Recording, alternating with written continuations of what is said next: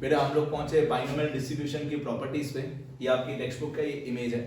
ये text book में page number 81 पे दी हुई है सारी प्रॉपर्टीज। तो मैं चाहता हूं कि आप लोग ये सारी प्रॉपर्टीज एक बार अच्छी तरह समझो। ये आठों के आठों प्रॉपर्टीज पॉइंट्स आप याद करो। ये 8 पॉइंट्स बाइनोमियल डिस्ट्रीब्यूशन की थियरी में भी काम आएंगे, सम्स में भी काम आएंगे। ये एक्सरसाइज 2.2 का जो बाइनोमियल डिस्ट्रीब्यूशन है उसके सम्स में भी ये 8 पॉइंट्स काम आएंगे और थियोरेटिकली भी बोर्ड एग्जाम में पूछ सकते हैं, right the properties of binomial distribution. अब पहली point, binomial distribution is the distribution of discrete variable. ये पहली पॉइंट है। Binomial distribution is a distribution of discrete variable. ये मैंने लास्ट वीडियो लेक्चर में भी बताया। बाइनोमियल डिस्ट्रीब्यूशन जो होता है this is the distribution of discrete variable. Discrete variable मतलब जब x की वैल्यूज बहुत छोटी होती है। आप ऐसे बोल सकते हो कि x की वैल्यूज 0 से लेकर 20 तक होती है। x मतलब इस चैप्टर में बाइनोमियल डिस्ट्रीब्यूशन में x मतलब नंबर ऑफ सक्सेसेस, कितनी बार हम जीतेंगे। तो अगर x की वैल्यूज बहुत छोटी हो, 0 से लेकर 20 के बीच में हो, तो बाइनोमियल डिस्ट्रीब्यूशन लगता है, तो उसको डिस्क्रीट डिस्ट्रीब्यूशन बोलते हैं। फिर एक दो इसके बाद वाला जो चैप्टर है नॉर्मल डिस्ट्रीब्यूशन। नॉर्मल डिस्ट्रीब्यूशन में यहाँ पे हो जाएगा कंटिन्यूस। नॉर्मल डिस्ट्रीब्यूशन इधर कंटिन्यूस डिस्ट्रीब्यूशन। बाइनोमियल में डिस्क्रीट, नॉर्मल में कंटिन्यूस। फिर सेकंड पॉइंट में लिखा हुआ है its parameters are n and p। अब देखो मैंने आपको लास्ट वीडियो लेक्चर में भी बताया कि probability density function of binomial distribution ये होता है p of x equal to ncx p raised to x q raised to n minus x। मैंने ये बताया आपको बाइनोमियल का फॉर्मूला। इसका इस पूरे फॉर्मूला का सही नाम होता है probability density function of binomial distribution. इस पूरी इक्वेशन को बोलते हैं probability density function of binomial distribution. अब ये बाइनोमियल डिस्ट्रीब्यूशन का फॉर्मूला सॉल्व करने के लिए जो सबसे दो इंपॉर्टेंट वेरिएबल्स हमको चाहिए वो है n और p। n मतलब number of trials, total number of trials, और ये p मतलब प्रोबेबिलिटी ऑफ सक्सेस। मतलब बाइनोमियल डिस्ट्रीब्यूशन का फॉर्मूला सॉल्व करने में कौन सी दो चीजें सबसे ज्यादा इंपॉर्टेंट है, उसको पैरामीटर्स बोलते हैं। The parameters of binomial distribution are n and p। इसके बिना n और p की वैल्यू के बिना बाइनोमियल डिस्ट्रीब्यूशन का फॉर्मूला सॉल्व नहीं हो सकता है। Okay, third point, the mean of the binomial distribution is np।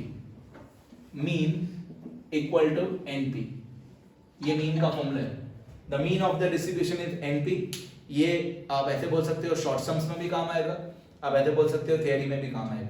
Mean का फॉर्मूला होता है np which denotes average or expected number of successes in n Bernoulli trials। मैं आपको अलग से समझाऊंगा Bernoulli trials क्या होता है, मैं अलग से बताऊंगा। फिलहाल मैं इतना बता दूं कि बाइनोमियल डिस्ट्रीब्यूशन जो है, बाइनोमियल डिस्ट्रीब्यूशन वाज इन्वेंटेड या first applied by James बेर्नूली।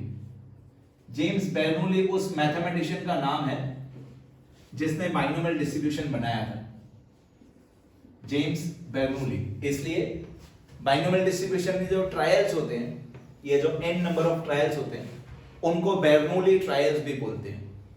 Okay, तो binomial distribution is the distribution of discrete variable, n and p are the parameters, mean equal to np। Binomial distribution was given by James Bernoulli. फिर the variance of binomial distribution is npq। Variance का formula होता है npq। जैसे mean का formula np होता है, तो variance का फॉर्मूला बाइनोमियल डिस्ट्रीब्यूशन में वेरिएंस का फॉर्मूला होता है npq and its standard division is square root npq। Standard division का फॉर्मूला होता है स्क्वायर रूट npq, सिर्फ बाइनोमियल डिस्ट्रीब्यूशन। और ये तो मैंने आपको बताया है लाखों बार कि लाइफ टाइम कोई भी चैप्टर हो, स्टैंडर्ड डिवीजन जो होता है वो वेरिएंस का स्क्वायर रूट होता है। अगर वेरिएंस npq है तो स्टैंडर्ड डिवीजन होगा square root npq।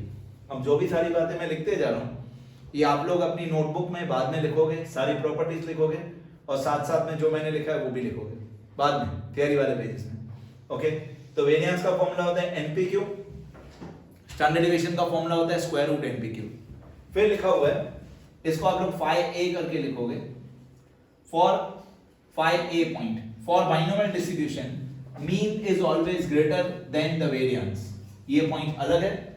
And phi b variance upon mean equal to q equal to probability of failure, इसको आप phi b करके लिखोगे। ये आपकी पॉइंट नंबर 5B होगी, variance upon mean equal to Q. ये मैं समझा देता हूं क्या होता है। पहले point, mean of the binomial for a binomial distribution mean is always greater than variance. इसका एग्जांपल बता दूं, इन लोगों ने लिखा है mean is always greater than variance, मतलब मीन जो है वो हमेशा वेरिएंस से बड़ा होगा। मीन का फॉर्मूला होता है एनपी, वेरिएंस का फॉर्मूला होता है एनपीक्यू। मीन का फॉर्मूला होता है एनपी, वेरिएंस का फॉर्मूला होता है एनपीक्यू। अब एक एग्जांपल ले लेते हैं। सपोज करो हमारा n है 10 और p है 1/2, ग्रेटर देन n है 10, p है 1/2। अगर p 1/2 होगा तो q भी 1/2 होगा। ये मैंने लास्ट वीडियो में भी बताया, क्योंकि p प्लस q हमेशा 1 होता है, p प्लस q हमेशा 1 होता है, तो p अगर 1/2 होगा तो q भी 1/2 होगा। तो मीन हमारा होगा np। सपोज करो n 10 है, सपोज करो p 1/2 है, ठीक है। तो 10 into 1/2 ये होगा 5 is greater than 10 into 1/2 into 1/2, ये आएगा 2.5। तो हमेशा मीन बड़ा आएगा, जैसे यहाँ पे मीन हमारा 5 आया, हमेशा मीन बड़ा आएगा और हमेशा वेरिएंस छोटा आएगा। ऐसा नहीं सोचना कि सर मीन में तो 2 ही वेरिएबल्स है एनपी, वेरिएंस में 3 वेरिएबल है एनपीक्यू, तो सर वेरिएंस में 3 चीजें हैं तो वेरिएंस बड़ा नहीं होना चाहिए। नहीं, ऐसा नहीं होता है। हमेशा मीन का आंसर बड़ा होगा और हमेशा वेरिएंस का आंसर छोटा होगा। ये मैंने प्रूव करके दिखाया आपको। तो 5A में वही लिखा हुआ है कि mean is always greater than variance for a binomial distribution. फिर 5B में लिखा हुआ है variance upon mean equal to Q. क्यों मैं बता दूं, variance upon mean equal to Q. Variance का फॉर्मूला होता है एनपीक्यू, वेरिएंस का फॉर्मूला होता है एनपीक्यू, मीन का फॉर्मूला होता है एनपी। तो वेरिएंस का फॉर्मूला एनपीक्यू अपॉन मीन का फॉर्मूला एनपी। अब एनपी एनपी कैंसिल हो जाएगा, N N P P cancel हो जाएगा, बाकी बचेगा क्यू इक्वल टू क्यू।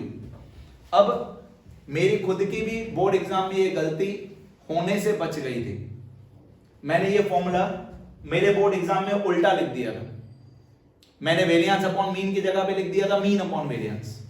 लेकिन समहाउ मुझे ये पता था, मेरे को ये पता था कि मेरा Q का जो आंसर है, Q की जो वैल्यू है वो कभी भी 1 से बड़ी नहीं होनी चाहिए। Q मतलब प्रोबेबिलिटी ऑफ फेलियर, और Q का आंसर हमेशा 0 और 1 के बीच में होना चाहिए। तो मैंने गलती क्या की थी मेरे बोर्ड एग्जाम में, मैंने मीन को ऊपर लिख दिया था, वेरिएंस को नीचे लिख दिया था। तो मेरा Q का जो आंसर है वो 1 से बड़ा आ रहा था। तो मेरे को पता चल गया मेरी गलती क्या है। फिर मैंने क्या किया, मैंने हमेशा के लिए ये स्टेप याद नहीं किया वेरिएंस अपॉन मीन, मैंने ये वाला स्टेप याद कर लिया कि NPQ upon NP equal to Q। तो उसके बाद मैंने ये वाला फॉर्मूला हमेशा के लिए याद कर लिया कि NPQ upon NP equal to Q। बात वही है, variance upon mean equal to Q। आगे ये हो गया 5A 5B। फिर ये जो 3 पॉइंट्स हैं 6 7 8, पहले मैं 7 वाला समझा था। 7 में लिखा हुआ कि अगर P इक्वल टू हाफ होगा, if P equal to half then the distribution becomes symmetric. That means the skewness of this distribution is 0. Skewness is 0. The skewness is 0 and the distribution is symmetric for any value of n. अब हम लोगों ने एक chapter किया है stats में skewness. Skewness में क्या होता है ये मैं आपको 7th पॉइंट पहले समझा रहा हूं। अगर P इक्वल टू हाफ होगा अगर P इक्वल टू हाफ होगा, ये हमारा x एक्सिस है, ये हमारा x एक्सिस है, ये हमारा फ्रीक्वेंसी कर्व है, इसको x एक्सिस बोलते हैं। ये जो नीचे हॉरिजॉन्टल लाइन है इसको x एक्सिस बोलते हैं, और ये जो कर्व है इसको फ्रीक्वेंसी कर्व बोलते हैं। अब यहाँ पे सेंटर में mean equal to median equal to mode होता है। सेंटर में मीन भी होता है, मीडियन भी होता है, मोड भी होता है, x बार m और m0। अब जब P इक्वल टू हाफ होता है तो ये जो फ्रीक्वेंसी कर्व